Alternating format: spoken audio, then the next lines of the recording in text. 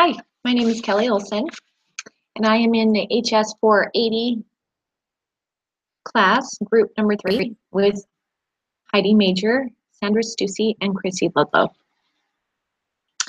And I have a daughter that just returned from Nicaragua, where she served her mission, and she was just telling me about a young woman named Evelyn, and their family situation there.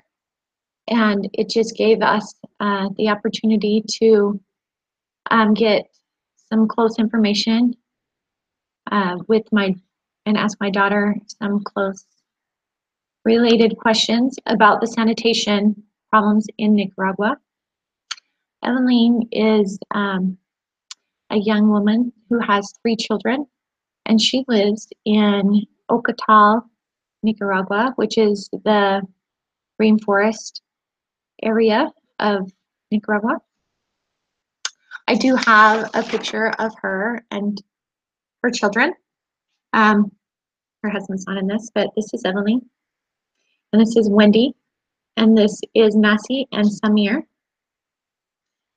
Anyway, they live in a cinder block home, if you can see the cinder block here, in this region. And what they do there in Nicaragua is they build rooms out of cinder block. And as their family continues to grow, whether it be brothers or sisters or aunts and uncles, grandparents, they all live in one home. And they continually keep adding on rooms of cinder block. This particular home my daughter was telling me about was they have about 15 other family members that live in this home, and they all share. So each area has big sections where each family will sleep. And then at the very back of the cinder block home, there's this little kind of cinder block area where they have their so-called toilets. There's no plumbing there for the toilets or sewage. It's just these little squatting holes where they put like cement shaped toilet lids over top of a squatting hole, and they use that as their toilet. They also just have like this little makeshift shower next to it where they have just a big bucket of water, and they just scoop in the cups, and they use the water for showering as well. What happens there in the region that she is in is they don't have running water 24 hours, and so whenever the water is running, and they fill up these large barrels of water, and so it's just sometimes it takes all night to just fill these barrels up, and then it just stands. It's standing water that just stands for days at a time, where they just dip into it to wash their clothing and to wash their bodies, and they also use it for cooking and cleaning. And every so often, every couple of months, there's a sanitation group that will walk around and they'll drop these little pouches of things into the water that just help take care of the mosquito larvae and kill the mosquito larvae, so there won't be any diseases there. But because of the standing water and everything, there's a lot of algae that forms, and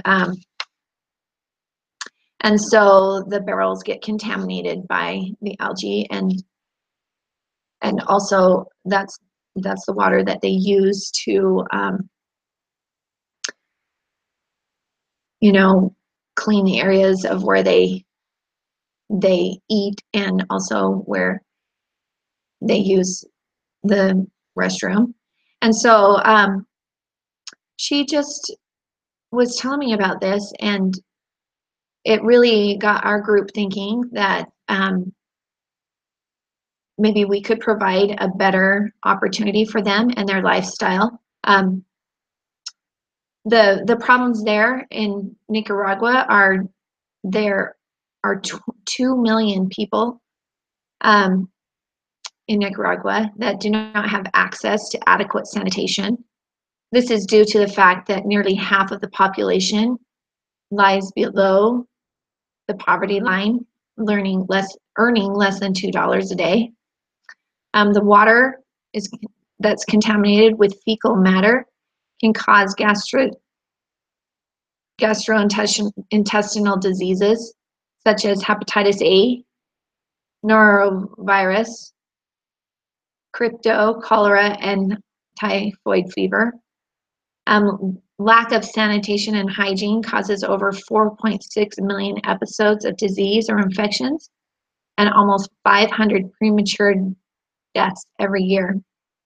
And so we as a group believe that we can help Evelyn and her family and others like her by intervening and supplying them with a solution of a different kind of area where they can use their restroom and take care of those needs.